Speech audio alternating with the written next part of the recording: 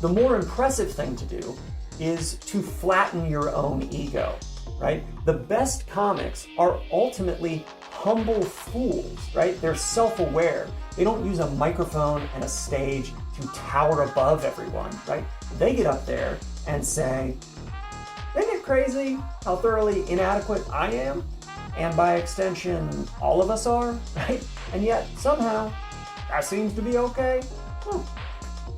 That's kind of funny. I'm not saying jokes say this directly, but it's the general subtext, right? Most of the very best jokes I've encountered are subtly implying something along those lines.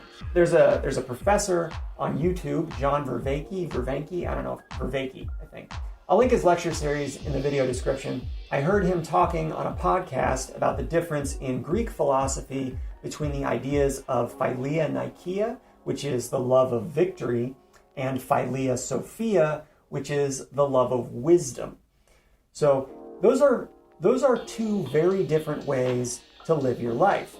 You know, he talked about watching two fighters in combat. You know, now there's the Philia Nikeia aspect of the fight, you know, who's going to win, who will the victor be. But there's also something else going on in the fight. There's the process of the fight itself. There's the dance that the fighters are in with each other, right? That's a different kind of excellence and beauty that can be appreciated. No one wants to see a fight in which one fighter immediately defeats the other, right? You want to see each participant push the other to see their limits, right? You want them to push each other to their limits. You want to see them compete at the highest level. You know, you want a close match. And the fighters want that too, you know? They both want to win, but they also want an optimal challenge, you know? That's what we all live for, right? To perform at the peak of our capacities. You know, everyone finds that thrilling, you know, doing something we're very good at. We love that, but we can only reach peak performance if someone else is pushing us, right? The goal should be that peak performance more so than winning. You know, I'd rather run a faster time neck and neck with someone else and get second place than win a race because the other guy tripped and fell. You know, that's a hollow victory. How does this relate to comedy? Like, it is weird, the current relationship between comedians and audiences.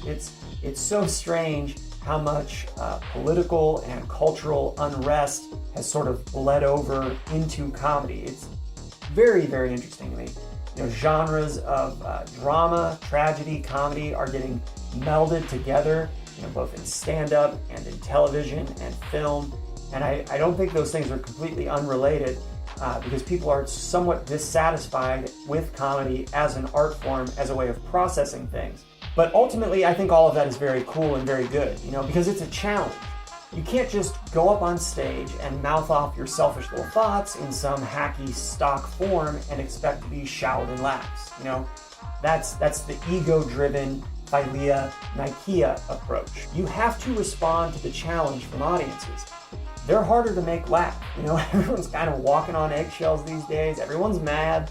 We're all angry and upset about 10 million things. Plenty of those things are legitimate things to be upset about. But I don't think the solution is to stop laughing. That's a really bad idea.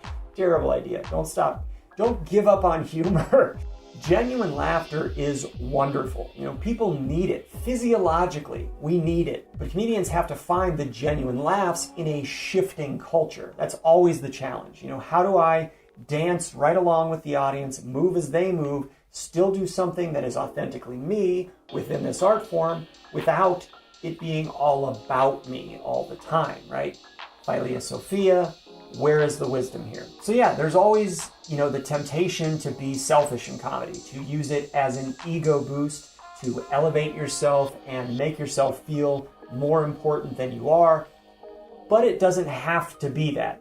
It can, in fact, I think, push you to be a better version of yourself.